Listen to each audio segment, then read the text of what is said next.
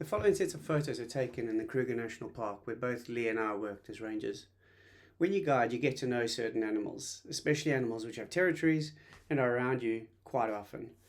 You get to know their movements and their behaviour. I'd got to know this particular lion for about 2 years. I'd often walked into him, and once by accident, while he was feeding on a dead elephant, which resulted in a long stare down before he backed off.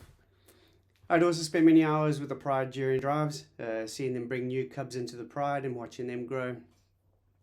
And although we don't name the animals when we guide, it's hard not to form a bond with some.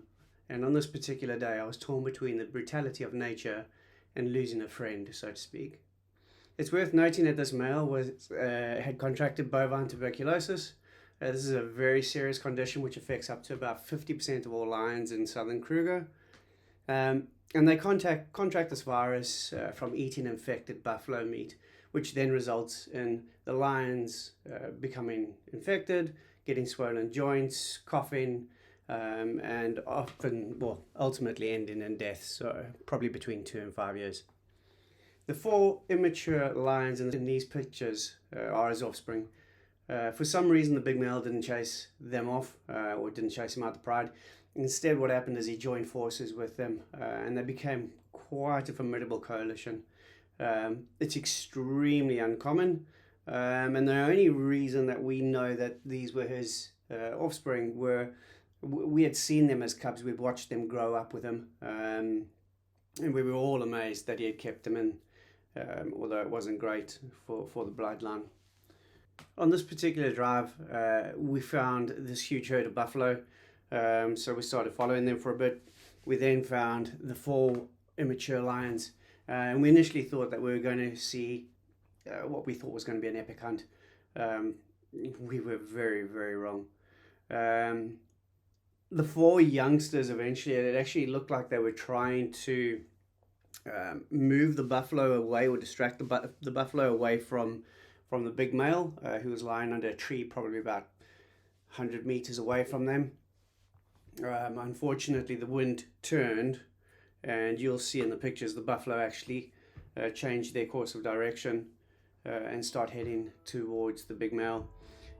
He tries to hide himself in the grass, but eventually they pick him up, and he was a little bit too late to get up to go.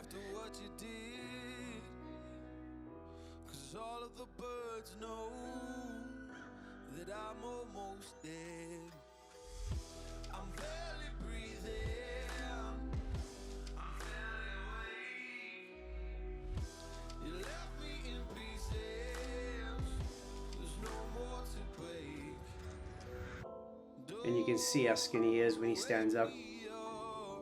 He tried to muster the energy, got up, tried to run. It was just too late. And the buffalo were relentless from the first hit. They gored him with his horns, they repeatedly jumped on him, and often we lost sight of him altogether, just along grass, only sort of knowing where he was because the buffalo kept on attacking that certain area. And every time they just went mad in that area, we're like, oh, that's him, he's done. And he would just keep fighting back. He was incredible the whole time I knew him until the very, very end. And you'll see the last picture where Buffalo sort of jumps on him, and that was him. That was his last breath.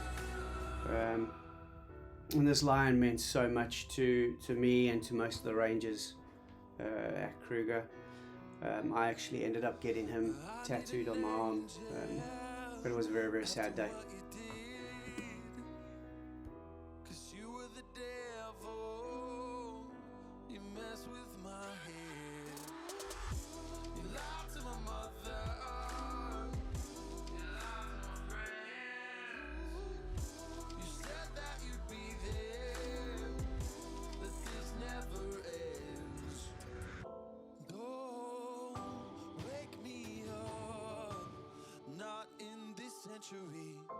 Don't wake me up, 'cause you're just a ghost inside my head. You're just a ghost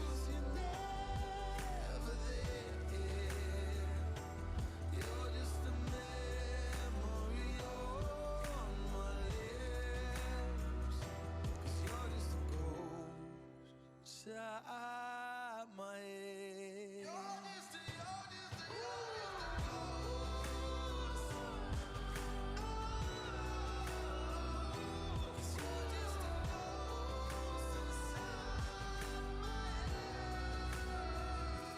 You're just a ghost inside my head.